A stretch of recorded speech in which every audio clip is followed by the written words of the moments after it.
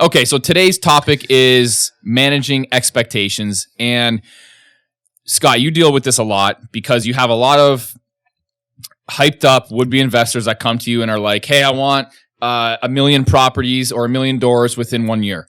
And it's just not possible. So what we're going to do is we're going to break down the steps of managing, or what entails managing your expectations when it comes to developing a real estate portfolio. This is key. Not getting, a property or, one or two. This is like, I think we're going to talk about starting to develop like a real estate investing career, right? Mm-hmm. This is a little bit different. I don't want to talk about, just getting one, but it starts with one. Mm-hmm. The overall picture of this whole, I guess, series, if you want to call it, is going to be talking about how do we actually get from point A to point B, and point B is even point Z. That entails like accumulating a good amount of property, and we have to set and manage expectations from the onset in order to get there. Yeah. So that we understand what it takes. Yeah. So if you don't have the right expectations to start, a lot of people are going to get frustrated and just quit. They're never going to get to Z, or they'll buy one or two and then quit, or whatever the case is, because it's not fast enough for them. So managing expectations and becoming a real estate investor, first it starts with mindset. Mm-hmm. There are a lot of people that invest in real estate or buy a property or two, whatever, but they're not investors. Mm-hmm. Do you get what I'm saying by that? An investor is a mindset. And let's talk about some mindsets that make you an investor. Okay. Yeah. So what I've noticed in my career, as I don't even like the word investor. And the reason why I don't like the word investor is because investor makes things sound like it's a little bit more passive. And you and I both manage property, and I don't personally manage my property anymore, but even though I don't manage my own property anymore, it's still not passive. And I have like a team of people to do it. Yeah, it's still not passive. That might be true. So I don't think of it that way. That might be true for some people. Maybe it's a word that gives that connotation to people and makes people think it's too passive or something like that. So I know what you mean by that. So I feel like for me, like real estate business, real estate operator, whatever. Yeah. You know what I mean? Like that's what cool. I've always aspired to run my real estate like a business. Mm-hmm. So that's what I feel is like, that's where I feel like my advantages have come from. And I feel like that's an important mindset is I like it. When you manage your real estate like a business and not an investment. Okay. I feel like that is the proper mindset. Cool. And running a business is tough. And you need the mindset, and you need to wrap your head around the fact that this is not easy. You need thick skin. You need to understand that you might get woken up in the middle of the night because you have to, put out a fire. You might have to, not a literal fire, but you have to understand that operating a business is very difficult, and you especially have to start. Yeah, and it's active. First, it's very active. It's very active. It's very tough. You're dealing with people, and when you deal with people are tough to deal with. Mm-hmm. It's just they bring a lot of problems. Yeah, and thinking back, like when I started investing in stocks and stuff 10 years ago, I didn't like the word investor either. So I know what you mean because that was too slow for me. Yeah. But as I've grown and evolved, now investors come to mean something else. So if you're new and you're listening to this and the word investor makes you think it's passive and slow, then that's the wrong mindset. But if you have the right idea of investor, which is, let me break down my thoughts of an investor. Number one, it's long term. Mm-hmm. It's forever. Like I'm an investor forever. I'm never going to not invest. I don't care. If I was a billionaire, I'd probably still invest because it's fun. Mm-hmm. And because whenever you have money as an investor, you look to put it to work. That's what an investor is. I think they're just somebody that puts their money to work, whether it's stocks, real estate, starting a business, whatever the case is. So, what are your thoughts on that kind of breakdown? Yeah. So, I agree with you. The problem though is, real estate, like, so say for example, I have a bank account that holds my real estate, well, multiple bank accounts, but say I take one bank account or I just take my real estate company, the overall umbrella. If you were to take the financials from my real estate company and compare them to one of my other companies, it's the same shit. Mm-hmm. But you wouldn't have the same like on paper look and feel if you had like a stock portfolio. It's not the fucking same.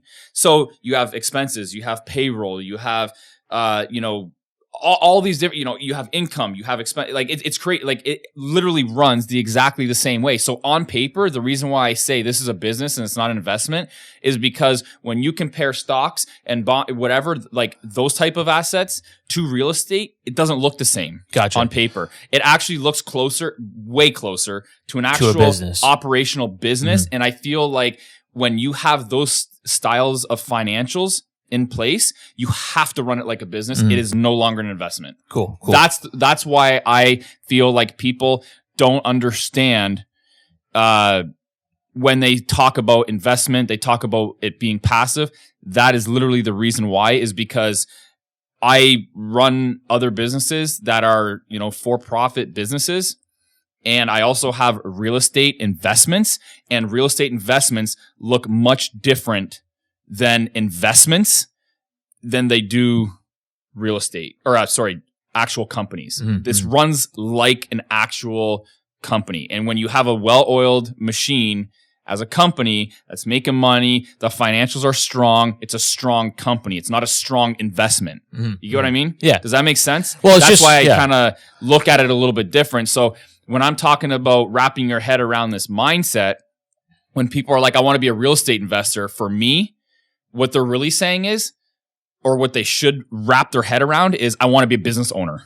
That's my personal experience with it. But now other people may not see it that way because they may not own another type of business. You get what I mean? Yeah, they might. So it might be actually difficult to see it that way. But I will tell you this. If you have the mindset going into real estate and you're going to operate it like a true business, that is by far the most successful mindset to have. Bar none. Not an investment, because when you do things for investment purposes, you could get caught.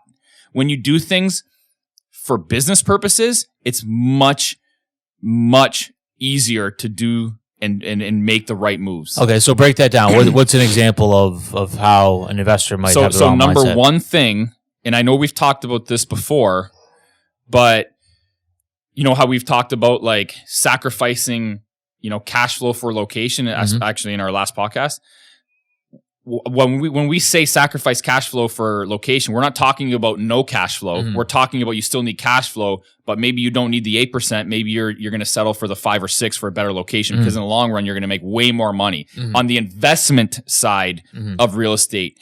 But you still need to operate that real estate like a business, and businesses need to make money to survive, thereby needing cash flow. The cash flow is the revenue of the business, right? And you still need that. So when people are talking about investments, they might get into a scenario where, hey, the location is like stellar, but the thing doesn't make any money. That might not be the best move. Might not be the right mindset. Not for beginners. Like that might be a scenario where, like, say for example, myself, I've bought in some real estate that does not make money. If anything, it costs me money. But down the road, I know that even a couple $1,000s a year I'm losing on that particular real estate because it's not cash flowing positive. I know down the road, I'm going to make a shit ton more money. So that's what I'm talking about. Like, it is not for beginners. We're talking about more so beginners, how to start managing expectations. This is what this is about. We're not talking to people that have like multi-million-dollar existing portfolios. This series is about how people are going to manage expectations as they start their career. Gotcha. That's it. Yeah. So your expectation coming in is, whatever I purchase, whatever investment I make is going to be with a business mindset. It's got to make money. It's got to be in the right location. It's got to have good employees or tenants, right? Like, I got to get the right people in there, because if you're starting a business, you got to hire good people, right? Look at it like this. Like, your real estate is a product and service. Okay, you have to provide good product, right? Love it. Yep. You have to sell it good. You have to be good at selling it, and you have to differentiate. So one of the things that I did when I first came out was very simple, right? When I started, there was a gluttony of rentals on the market. So what I did was I rehabbed them a little bit above what that unit would command, but I charged the same amount. It gave me a small competitive advantage, and lo and behold, I was fully rented for a while. You need a competitive advantage no matter what it is. You can't just like buy real estate and be like, oh, here you go. Yeah, it doesn't really work like that. You might run into issues. So I actually don't refer to my real estate as like investments or properties. I actually refer to it as product. I like that mindset. And the smartest people that I've ever talked to regarding real estate have always, that's what I picked it up from. I literally I heard them referring to their real estate as product. And when you refer to your real estate as product, you have a different mindset. It turns into a business, and you have to differentiate your product or service, or you're not going to be successful in the business world. And what are you going to do that? So you have to come from like a different perspective. You have to like offer something that people want, not, or you're just going to get lost. You're going to get lost in the gluttony that's available. Now, right now, people are very lucky because there's, you know, an outrageous surge in the real estate markets right now, right? And especially in Canada. Now, that's a dangerous thing because a lot of people are going to think that they're great real estate investors right now, and they actually might not be. Everybody's a genius in a bull market. Exactly. Yeah. So that's why I feel like the people that started in, you know, the 2007, 2008, 2009 crashes or the, you know, the shit. We didn't crash in Canada, but it was still shit, especially in our location for different reasons. But I feel like when you go into a market like this with the mindset from back then, it makes for an easier, journey. Yeah. Right now, you can kind of buy anything and look like a genius. Exactly. And a lot of people are making mistakes. Because I'm an agent and I see like 1,000 properties a month, I can spot something that's just slightly better than the average property or the average rental. It's not that hard, and most people can. And if it's not slightly better, you can make it slightly better by just doing some light renovations or whatever, right? So I love that. Look at it as a product. Yeah, because here's the thing. People are comparison shoppers. Here's what I do. If I go buy anything, let's say I'm going to buy a table. I'm going to hop on Amazon. I'm going to hop on a few different sites. I'm going to say, what's this price for? What's that price for? What do I get for this price? And then I'm going to make a decision. You don't think people are doing that for rentals? For sure. I can get this for $1,600. I get this for $1,650. This one's a little bit better. I'll pay the extra money or whatever the case is. Or it's priced the same, but it's got stainless steel appliances. If you boil it down to its purest form, your real estate is a product and you're providing a service to the tenant. That's it. That's exactly what it is. Yeah, it's service too. And you're selling it. So how is this different? It's not. It's not different. And that's why I feel you need to have a business mindset versus an investor mindset. Yeah, love it. That's why. Now that's my personal perspective on it. Yeah, let's take this then. Let's say I love what you said about business. I wasn't really thinking of it that way, even though I do subconsciously. But let's take that. You take a business mindset to your purchases, and then an investor mindset is everything I do is for long term. Okay. And what I mean by that is there's a lot of people that call themselves investors, but they're out there flipping properties. Yeah. And they buy a property and they sell it after a year because they're up 50 grand. That's not investing to me. That's just trading. That's quick. It's quick cash and that type of thing. So let's do a transition into like so we've kind of like I think we've exhausted the point. I think we've driven home the fact that like the proper mindset of why I feel or what I feel you need to do. And I'm gonna leave you with this. When I started thinking about my real estate that way, that's when my portfolio exploded. So it's a great mindset. Yeah. So take it for what it is.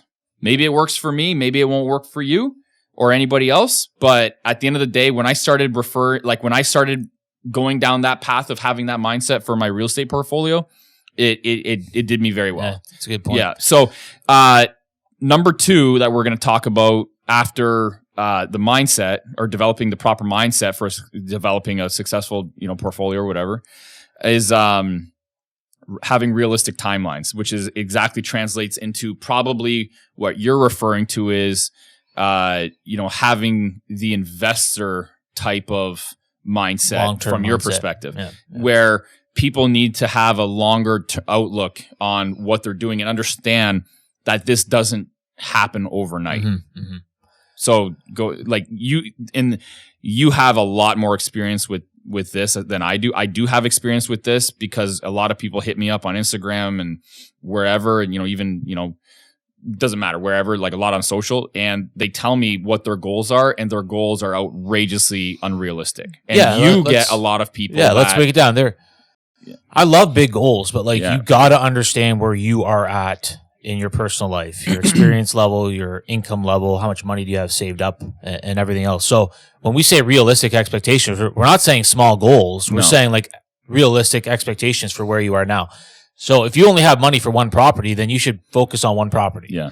And if you want to quit your job, you should focus on, okay, buying as many properties over the next 5 to 10 years as possible while working your job and saving money and building relationships and that type of thing. Yeah.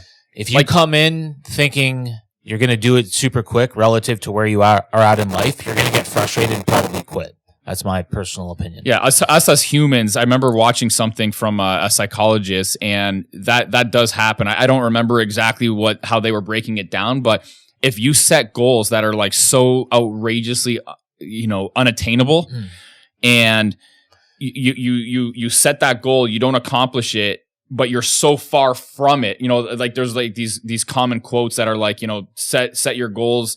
Shoot for the moon and land in the stars or whatever the stars. fuck. Yeah, I don't even know if that makes any sense. Shoot for the moon. I'm pretty sure the fucking stars are further than the moon. I don't know. You'll be among the stars. I'm not fucking. I'm no like we astrologist or anything, but I don't know what the fuck they're talking about. I think you're right. So shoot for the moon and you'll land among the stars or whatever. Yeah. Well, the problem is like a lot of people will like shoot for the moon and like land in like the mud, Chatham. You know what I mean? Like they're too far. They're too fucking far from their goal, and then they just get very discouraged, and then they quit. Yeah. Right. So real estate is very easy to actually set realistic timelines because it's a factor of a couple things we're going to get into a little bit later, but it's a factor of developing a strategy, adaptation to your market, and funding. So developing the right strategy to allow yourself to like wrap your head around the attainable goals that you're setting for yourself is very important. And you see it the most. It's like, well, yeah, this is specifically for beginners. Once you get good at whatever you do, you can start probably building bigger goals. And if you miss them, you miss them. But those goals can propel you when you're good. Yeah. But when you're a beginner, I know who I was as a beginner. And this is what I went through, which is my goals were too big and they frustrated me and I ended up doing nothing. Yeah. So this is more specifically for beginners. But sorry, what was the question? Huh? What was the question you'd asked? Did I ask a question? I thought so.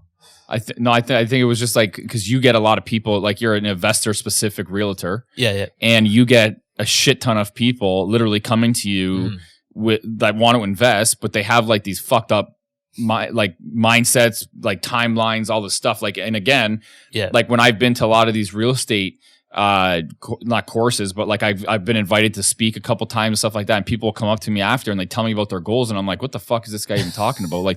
It took me. I'll give everybody an example here. Okay, so I've been investing since about 2000. I don't know if it was 2007 or 8. I don't remember exactly, but maybe say 2007. It's been a while. So that's like what, 13, 14 years ago.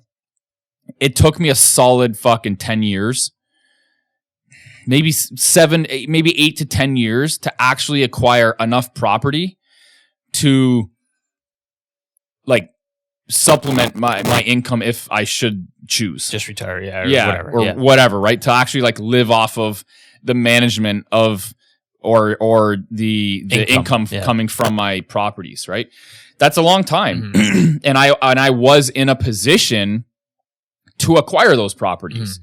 And I was in a position where I was literally, for the first solid 3 or 4 or 5 years of, maybe even more, probably 5, first 5 years, 6 years of an economy that was like literally in the shit.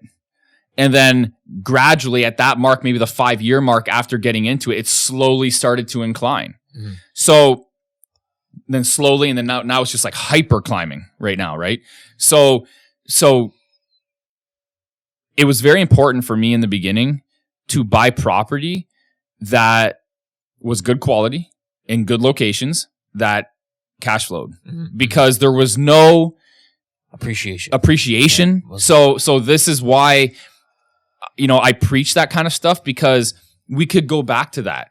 Like there might be a scenario where, the appreciation stops and then we're back there. That's why I feel like it's very important for people to like understand where we're coming from and understand that like you mentioned, it's very easy to be good at real estate right now. It's actually been very easy for the last like probably I don't even know 8 years. You know what I mean? It's been very easy. So that's why I'm cautiously optimistic, as you put it all the time, right?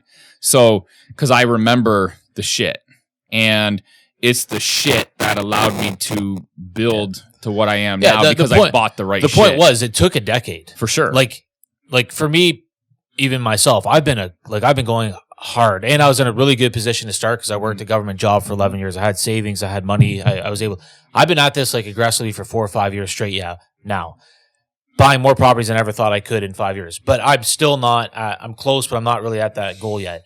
So for the beginner investor coming in, like to think they're going to just come in and be financially free in a year or two is just not the most, for sure. It's not helpful to them. No, it's not helpful to them. And that's fine. 10 years isn't that long. It's not. It is, but it isn't. It went by like it goes by super quick. Yeah. And then like if you're 25, you're going to be 35 and financially free. Like take a 10-year time frame. For sure. One a year for 10 years is an easy place to kind of start. And I also think people see a lot of people getting like very rich from real estate where they're driving around and, you know, fucking, you know, people see, you know, maybe my shit or other people's stuff. And they, you know, they got me and my 2009 Beamer. They got it from real estate and they're like, well, I want that. And they're like, I want it now. Yeah, they want it now. And they're like early 20s. Okay, you start now. Yeah. And then maybe when you're, 20 years down the road, you'll be there. No maybe problem. Not there. I think that's even a stretch. I mean, you could get there if you're in the right markets, you're doing the right shit all the time, nonstop. But 10 years to be like filthy rich off real estate, it might be a stretch. So I think people need to understand, I think they need to manage their expectation of timelines and understand, okay, well, if I want to be at this, even if you want to be at this point in 1 year, 2 years, 5 years, 10 years, doesn't matter what your goals are. Okay, well then break it down. How are you actually going to get there in 10 years? Like, what does that actually mean? Yep. So I think the next thing that we need to talk about is, let's talk about a strategy.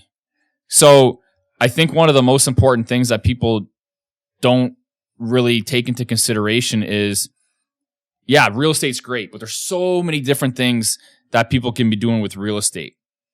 And a lot of ways to invest. I have some very, maybe interesting strategies that I've used, but go ahead with what you feel like where you have would-be investors coming in and they're like, hey, I want to do this and I want to do that and I want to do this. And you're like, well, hey, that doesn't really actually like work here very well. Yeah. Because part of developing a strategy that works for you also relates to the current market conditions and current location of that market. So let's talk about certain strategies that let's break it down. You might want to choose if you're a specific type of person. You know what I mean? Yeah. So not every strategy is for you. No. I don't know who needs to hear this, but a lot of people do. You might not have the time or the will or the energy to be doing full renovation jobs. Exactly. And if you don't want to do that, and that's all you're looking for, or you don't have the skill or time to do it, then you're not going to do anything. So I learned this the hard way, by doing stuff that I didn't really like doing. I was working a full-time job and going at night and like rehabbing a flip. As one of my first investments, I hated it. Yeah. So I didn't. I'd never want to do this again. So I just started investing in like for my specific strategy. Another thing. So there's a good analogy here, right? Like if anybody watches basketball, if you see James Harden, he does these step back 3-pointers, and or Steph Curry, right? They do these step back threes. Like if you watch Steph Curry doing these step back threes and hitting them, it doesn't mean you should be out on the court doing step back threes. Like you're not Steph Curry, you're not James Harden, you're not these people that you're watching. Maybe that's not your skill set. Maybe you're better in a different area of the game, or maybe you have different skill sets, or maybe you have different amounts of time. Like do your own thing. Figure out who you are as an investor and start going down that path. Now, we talked about also adapting to your market. Here's the market's not going to adapt to you. The market doesn't care. Yeah. So you're sitting there saying, oh, it can't keep going up, or it can't keep doing this. I'm going to wait for this. The market doesn't care what you think. You can't adapt every strategy to a specific market. So like I've been telling people for the last little bit, like like given the current climate in Windsor, I don't care about anywhere else, and I don't know what's going to happen in the future. But right now, the best strategy is to buy and hold turnkey properties. If you get something with a little bit of value add, great, but like don't really worry about it too much. Like there's not enough supply, there's a lot of demand. Just buy and hold, and you're going to make 20% gains this year. Now, if that changes, I'll change my strategy and I'll change my advice. But until it changes, I'm going to go with the flow.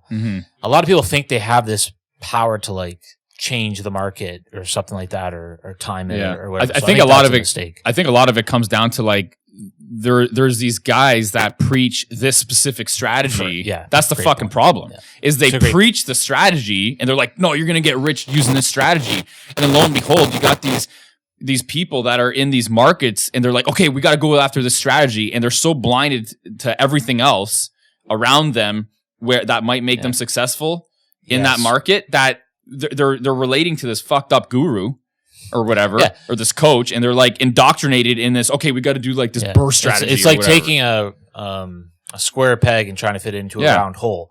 That strategy, I'm not knocking the strategy. The strategy's right, but this particular market here, what's happening right now, this is a better strategy here. Now, the problem is when people come to me as I'm not just an agent, I'm an advisor, right? I'm an expert in this market. I'm out there every day. And I'm going to tell you, like, here's the best strategy for this market. I know what you've heard. I understand that strategy. If the market was different, I would agree with them. But here's what you should do in this market. They can't. They can't. No. I need to do, it needs to be the 1% rule. It needs to be a BRRRR. I need to do a value add. It has to be. I've watched the videos. Yeah, but man, I've been investing for 5 years. I'm in this market every day. I see what's happening from the ground level. Like, if you don't trust my advice, then why are we working together? Like, why are you even bothering, right? So, the people that have trusted me have done more well than the people that don't, because the people that don't listen to what I'm saying, like one of my strategies, again, it's just been buy and hold. Don't worry about the BRRRR, man. Just buy and freaking hold over the past 3 years. And the ones that haven't done that, they've been waiting for that BRRRR for 6 and 8 months, and the market's rising 10 grand a week right now. So I've learned to adapt to my market. And if you want to do a BRRRR strategy, then you have to go somewhere where that happens to work, but you're going to get a trade-off. Because maybe that BRRRR in that market is a dead market. And that's why you can go and get a deal, because nobody's moving there. They're leaving Manitoba and they're coming to Ontario. So there's going to be a trade-off. So you hit the BRRRR, you made a quick 40 grand, but I just made 150 grand in appreciation in Windsor. But you didn't see it. Because you're trying to do one size. Listen to fucking Johnny asshole on fucking YouTube. You know what I mean? Yeah, and Johnny's not wrong necessarily. He's just wrong for this market. So he's wrong in a way that he's trying to indoctrinate people into like only using one strategy. That's the only way to do it. That's the fucking problem. And what's misleading about that is the fact that Johnny asshole is not explaining to people what we're explaining, is that it doesn't fucking work everywhere. So then when you got people that come to you and are like, I have to do this strategy, it's fucked up because it doesn't work here that great. And then Johnny asshole is essentially fucking those people up. And they're costing them money. Yeah, they're costing them. He's costing them money. That's the problem. So, and if these people understood, just understand that the strategy is not flawed. It's applying it to every market. That's the problem. Especially when you don't have. When you're not doing the renovations yourself and you're trying to do a BRRRR in a super hot market, you can't, man. Sorry. It's like your margins are too thin. So you should have listened and just bought and held, because the current market conditions right now in Southwestern Ontario are 20% appreciation a year. Again, when that changes, I'll be the first one to change my strategy. And I think people will come out and say, oh, you've changed. You said this back in 2021, and I'm going to say, yeah, well, the market was different, and I changed when the market changes. 100%. And that's I think that's a very key point for a very successful, real estate operator or business operator, like business operator. You have to pivot. You pivot probably all the time, man. You have to. You literally have. Hey, Dave, we pivot all the time. Like literally, there is no one book. You can't, because if you don't, you're going to be left behind. You're going to get fucked up. So I guess I'll give people kind of like an idea into my journey down this road. Is I've pivoted multiple times. So I first started back in the day buying for cash flow, because the market was so shit. There was no appreciation. There was no reason to I shouldn't say just cash flow, but it was more like a value add, right? So I literally went in there and rehabbed the apartments, but they also cash flowed, right? So I rehabbed the apartments by myself. Fucking hated it. Okay, like just like you. Let's talk. Hold on. People have to understand. In that market, you could go and negotiate. Oh, like it was easy. It was insane. That's the right play in that market for sure. Yeah, you get something $20,000 under market value because the guy needs to sell. It wasn't even that. It was like fucking half. It was like literally like I was buying condos for like anywhere from like 20 to 50 grand. It was crazy. Like my first great strategy for that market for sure. And then I would rehab them a little bit, pop them up on the market, get a little bit extra because they were renovated nicely or the same, but people wanted to be in my properties. So that's the first round that I did. Then eventually I ended up just buying property like over the first 5 years before like these massive appreciations started to come down the pipe here. What I started doing was buying single family homes, small multi-res, and doing the exact same thing. It was mostly value add because there was no appreciation play at all around here. Like literally zero. Okay. Nothing moved. It was still in the shit. Like, and in that market, it's easier to buy. It's absolutely deals. Like for sure. You can wheel and deal. You can put in 50 offers on different things and wait till you get your way. It's a buyer's market. For sure. So that's what I did for a solid 5 years. And I played the value add card. And it worked great because like you said, there was no other option. No competition. There's no competition. You had to do that in order to create value. Yeah. So then what happened? So the market started to shift. Then I started buying property that needed a little bit less, value add. Little cosmetic shit, because what would happen was the market was moving too fast that if I didn't do the small renos, it would take me too long to move with the market. Does that make sense? So there's an opportunity cost of shit taking too long, like this fucked up burst strategies around here. They take too long. That's the fucking problem. They take way too long. In a fast market, they do. In a fast moving market, yeah, exactly. In the current market we're in right now, by the time you're done your burr, the market just appreciated 15%. Exactly. And you wasted 6 months. Yeah, so you might as well just fucking buy something that doesn't need anything. You're going to make the same amount of money. So that was my strategy. Then what ended up happening was I ended up getting to a point where residential stopped making the same returns for me, right? So what I ended up doing, and this was over the course of like probably at this point, we're talking 8 years, maybe even up to, 10 years, where I still do buy residential, but nonetheless, like I ended up started to buy large scale industrial property. Okay. And people have to understand too, your expected returns were much higher than because the market was different. Exactly. Like you're probably talking 10% plus cash on cash. Yeah, double percent return. Now, if you were to go in residential real estate market right now in Southwestern Ontario and try to find something with a 10% cash on cash return with little rehab or work, whatever, you'd be sitting on the sidelines for a long time. So in terms of single family, you would have to change your strategy. But what you did is, hey, I'm used to 10%. I can't find it anymore. Markets, so I'm going to pivot to exactly. So that's the point, right? Like, so I ended up pivoting to industrial. I ended up realizing that well, the residential market is like on fire, and I want 10% cash. 10% cash on cash. Office e-commerce is putting office space out of work, basically, or not fully, but it will eventually. It's becoming a squeezed market segment. And then retail commercial is also the same thing, right? So people still need to make stuff in places, and the places that you make stuff is industrial. So I realized that when you have an exploding residential market, usually industrial follows maybe a year or two after. Great point. Yep. So I ended up accumulating a bunch of industrial property, and lo and behold, industrial property skyrocketed. So now I'm like, okay, well, where can I pivot now? I can't pivot for the same type of return.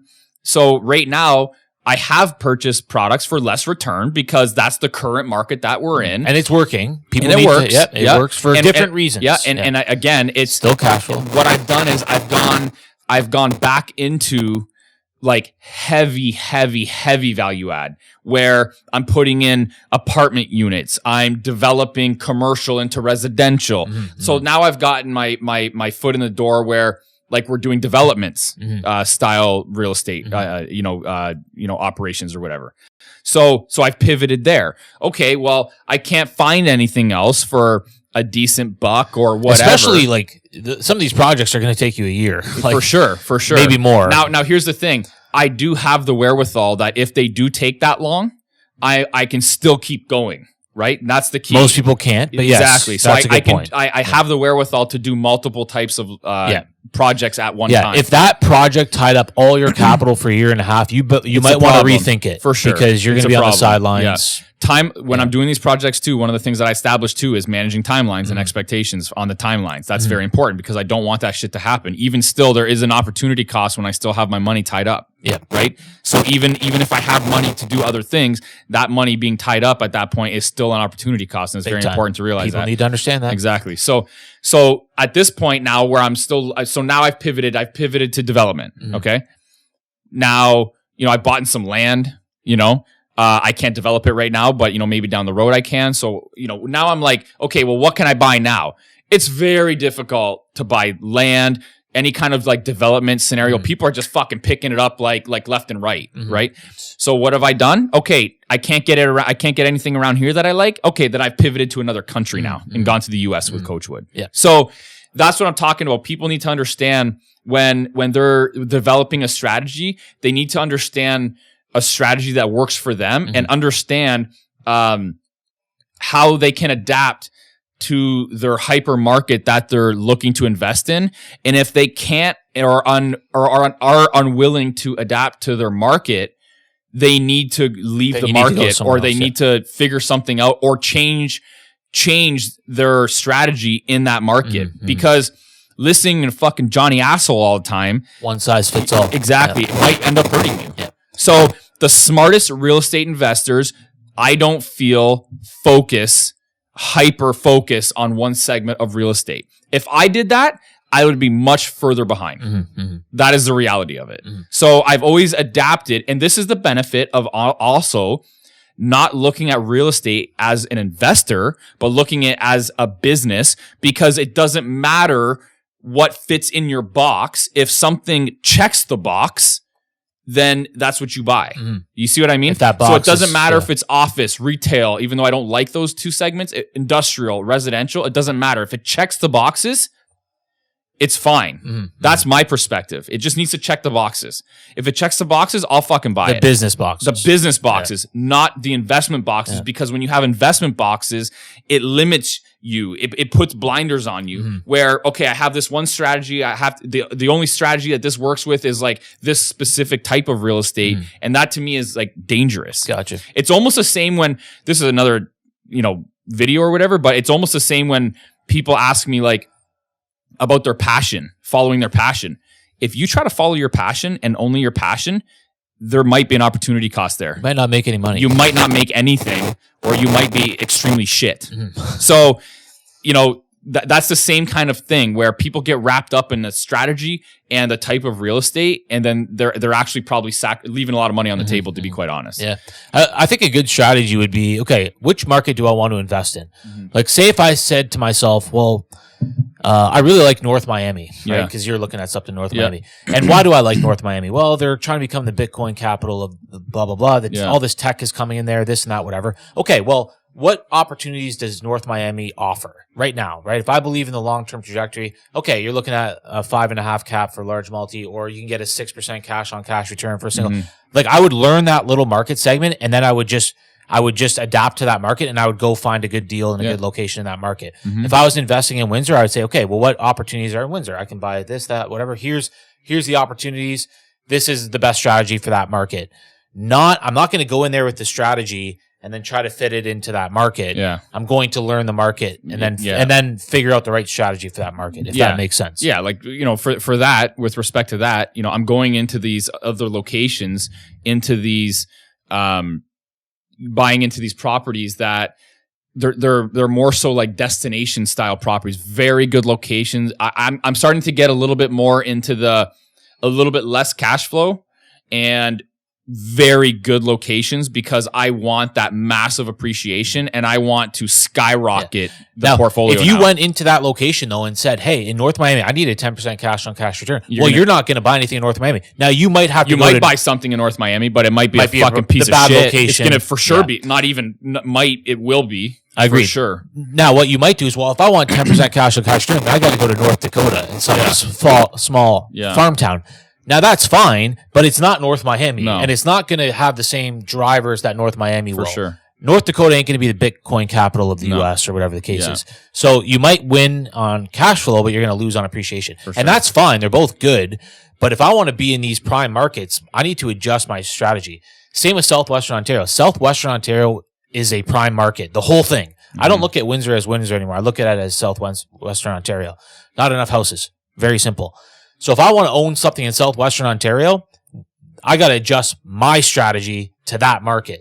If that market changes, I'll adapt with it, and then I'll figure out a new strategy. I'll start burrowing or whatever the case is. I don't see that happening. Don't predict the future. Don't care. Whatever the market gives me, let's roll. I'm ready, right? For sure. So I think so this is a nice transition into okay, so you've got your strategy, you understand the market, or you got the right mindset. You've established realistic timelines. You've developed a strategy that you want to use for the market that you're in. You understand your market that you want to invest in. How the fuck are you going to get the money to do this? Oh, here's an idea. Get a job. So exactly. So how many people come to you where they want to use other people's money, or they don't have any money, but they're a would-be investor or a hopeful investor? So it's quite a mix. Let's talk about this. It's quite a mix. Most of the people come to me and they're younger kids and they actually have really good jobs. They're ready. They have a mindset of an investor. They want to make moves. They make $150,000 a year. They're living frugally. They're doing the right things. Those people are on the right path. It's the ones that come to me and they immediately want to use other people's money. They immediately want a joint venture. They immediately want to flip and make a quick $50,000 and then go buy something. I'm like, well, even if you make $50,000 and then you go buy something, you're still at square one with one property. If you could have just bought a property 6 months ago, and then you could be working on your second property, but you did the flip and now you don't have any. Yeah. So it's that quick mindset. Yeah. That it's the wrong mindset that leads you to think that you're going to be able to do all these different things without working, like using other people's money. And here's the thing, and I don't mind. Here's why I don't mind that strategy, like the whole wholesaling strategy. I fucking can't stand that shit. But nonetheless, I know you don't like that shit either. But nonetheless, at the end of the day, if you do choose to pick a flip strategy or a wholesale strategy, that's fine, so long as you're setting your sights on larger timelines. What I'm saying is, usually they're not. For sure. Usually the flip is because of the wrong mindset. Okay. It's not, okay. Fair enough. I get it. That's why. So the reason why so the type of mindset that I feel like is important to have, like if you want to do the wholesaling and flips and stuff like that, is if you don't have the money to buy the stuff that you want to hold or for long term or to really develop wealth and develop this portfolio, you don't have the money. But you might have the wherewithal to actually like accomplish a flip. So this isn't like, I'm not talking about somebody that's like, oh, okay, I watched a YouTube video and I'm going to do a flip and I have no skills. I don't know how to use a fucking drill. Like that's not an option for you. Okay. It's not a good option. Motherfucker, like do something else. So what I'm talking about is if you do have the wherewithal or if you find a property, you don't have the money to maybe hold it or to get the financing, whatever, you're 18 years old, 19 years old, but you do have the ability to go out there and find deals and just assign them and wholesale them to actually develop here's the problem. Let's develop the cash flow to be able to do stuff down the road. I don't mind that strategy. But let's say you go do a flip and you make $40,000 and you don't have a job. Who's going to lend you money? No, that's not exactly for sure. Right? Like you need a fucking job. Like what I'm saying is like you can do those type of things, but typically if you have the money to do a flip, you have the money to just buy the property. Yeah. So there might be instances where... the flip isn't wrong. The flip's you can make 50... I just saw somebody make $150,000 on a flip. Yeah. Whatever. But it doesn't help you long term because you're leaving typically a lot of money on the table. I'm referring to people that are younger. And beginners, Beginners that might not have maybe the credit, the wherewithal to actually accomplish this thing. So what are the options now to get the money? The number one quickest way to actually get the money to do what we're talking about is get a fucking job and save the money to be able to put on a down payment to start your investing or to start your real estate business. That's it. Not having a job with a decent income is going to be your biggest hurdle to building a portfolio when you're starting out. For sure. Because nobody's going to lend you any money. Of course. It's all debt service ratio. And typically, how many years do you need? At least 2. You need 2 years. Yeah. So you know what I mean? Yeah. So that, like, if you want to build a portfolio, your job is your best tool. Like, I don't care. No, go do 100 flips. It doesn't matter. Nobody's going to lend you any money to hold any properties. That's the problem. You have to flip until you die. For sure. And maybe you hate your fucking job. That's okay too. That's okay. Yeah. A lot of people don't like their fucking job. But use your job as a mechanism to fund your goals. That's what a lot of people, and that's part of the whole mindset thing, I think, as well. It can go all the way back to like step 1 in terms of mindset, is develop a different mindset surrounding your job. Stop thinking about, I got to get the fuck out of this job and do something else or start my real estate business or whatever. Stop that. Flip the mindset. Flip the mindset in a sense of, okay, I need a job to buy real estate. Exactly. I need a job to buy real estate, and I'm going to accept the fact that I hate my fucking job. We all do things we don't fucking like. I do it every day.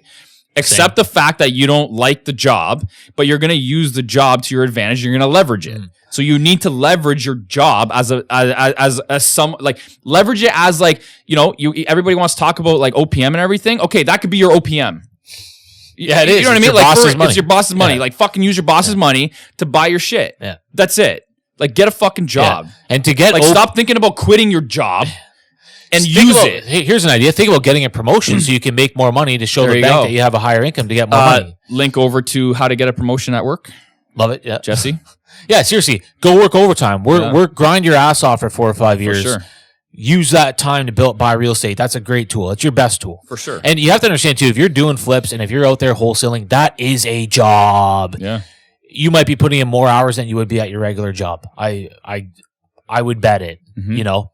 I don't think people look at that as a job, but it is. It is for sure. And this is where, like, you know, and again, even owning real estate is a job, too. This is why I don't like the word passive. I ended up chewing somebody out on a call or maybe like in DMs. He's got like 14 units or whatever, and he kept on telling me, he's like, you know, I want to have what was it, $50,000 in passive income per month. And I'm like, motherfucker, you like $50,000 in passive income. Do you know how many units that is?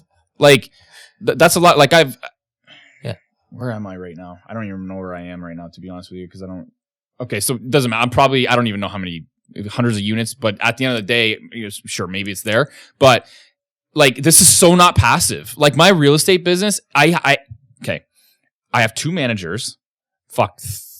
Four. 2? I have 2 main managers, and then they manage 2 other people. Okay. So I have 4 managers for my real estate. I have 2 full-time maintenance guys. Okay. And like, literally, and I have a crew.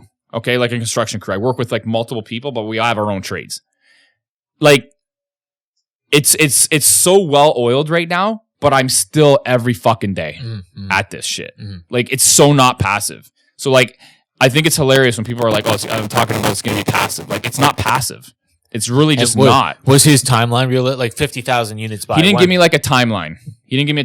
But it was the same. And I ended up talking to him, and he was very understanding that. Okay, yeah, he understood. Like, the problem is people don't have the opportunity to talk to people with comparable portfolios of where they want to get to, and they think it's something different. Yeah. It's not different. Yeah, sure. I could have it completely passive, probably, if I wanted to, but it would cost me a shit ton of money. It would eat your profits. And the overall profitability of the portfolio would be probably pretty slim, because you'd need another one of me. You need another one of Dave. You need another Clark. Like, you would need, 3 other people that would end up costing, hundreds of thousands of dollars extra.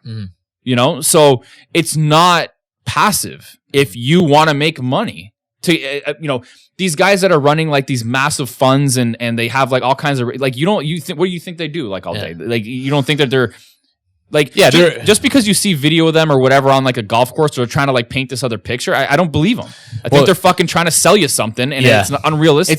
I guess it's a different type of work. You're not I don't have to go to the property anymore. No, exactly. But I'm still managing the managers and the team, and I'm still at the top, and I'm on the golf course, but I'm getting calls. And that's fine. Like that's a great life. That sounds like a great life. It's not for me. I like to be like in the mix of it.